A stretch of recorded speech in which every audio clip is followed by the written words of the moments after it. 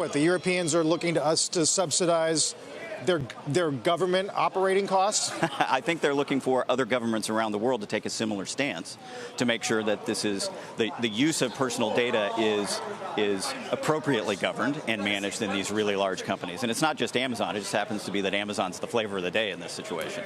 Balaji, is there a reason for regulators to think that Amazon is implementing anti-competitive practices in its different businesses? Well, the thing is, actually, organically, competitors like Shopify are actually now arising that are starting to quietly compete with Amazon. So I think, there's an organic kind of market practice here. But, what's happening with the EU is sort of it's a symbol of broader things. You have the Google antitrust thing in the U.S. You have the huge Facebook FTC fine recently, which is $5 billion. And, people are saying, oh, that should be trillions of dollars, which would basically put the company out of business. I think that regulation is often a measure of societal animus towards the regulated industry rather than being a surgical targeted affair.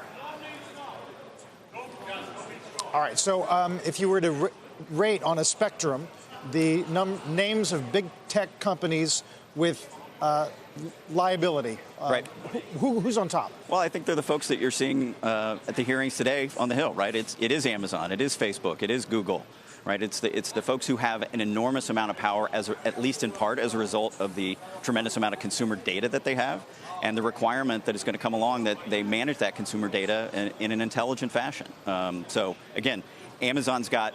And a number of of these companies do have anti-competitive questions. That's part of what's being asked of them today. But they also have the question of what are you doing with this consumer data and how can you ensure that it's going to be appropriately protected? I think that's as much or a bigger issue that they're going to have to wrestle with. Balaji, how do they ensure that it's appropriately? Go ahead. Well, so some companies like Apple, for example, are less in the crosshairs because, they have devices that are private. But Elizabeth Warren recently remarked that she wanted to break them up too. So I'm not sure that there's something that these companies can necessarily do. We're going to have to see how that plays out. Balaji, does any of this come up now in pitch meetings, slide decks, the way in which entrepreneurs are trying to present or position their upcoming startup companies?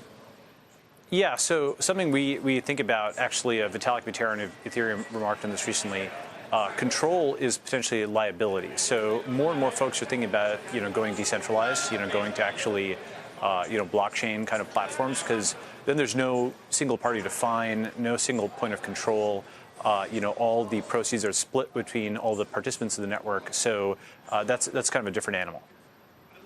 Ted, there seems to be something of a growing chorus among Wall Street analysts that maybe if some of these companies did break themselves apart, whether it was, pushed by regulators or not, that more value could be realized with some of these different businesses, Amazon, for example, versus AWS versus e-commerce, that more value could be realized with these businesses standalone. What do you think? I disagree with that. I've certainly heard that argument. We've seen that in the past with the Bell system going back 25 plus years. We saw antitrust concerns around Microsoft where the Justice Department did get a win but didn't necessarily get a different company out of it.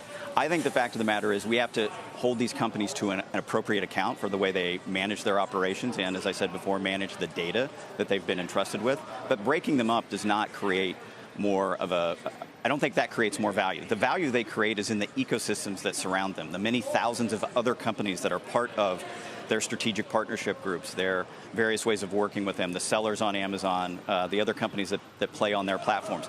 They provide a tremendous amount of value by virtue of being large and attracting all these other companies to those ecosystems. That's the power they have, and they should continue to have in order to create real value. But if you look at a long-term chart of Microsoft's growth, things changed once they got the litigation done, right? Growth rates flattened out over time. They did, and then they reasserted themselves as Microsoft was part of that next innovative wave, right? And they will continue to assert themselves in these large companies if they're able to innovate and grow. The biggest concern I have about breaking them up is that you're going to dampen the innovation engine. That's the most important thing they bring to the table to create economic growth is that innovation. Don't take that away.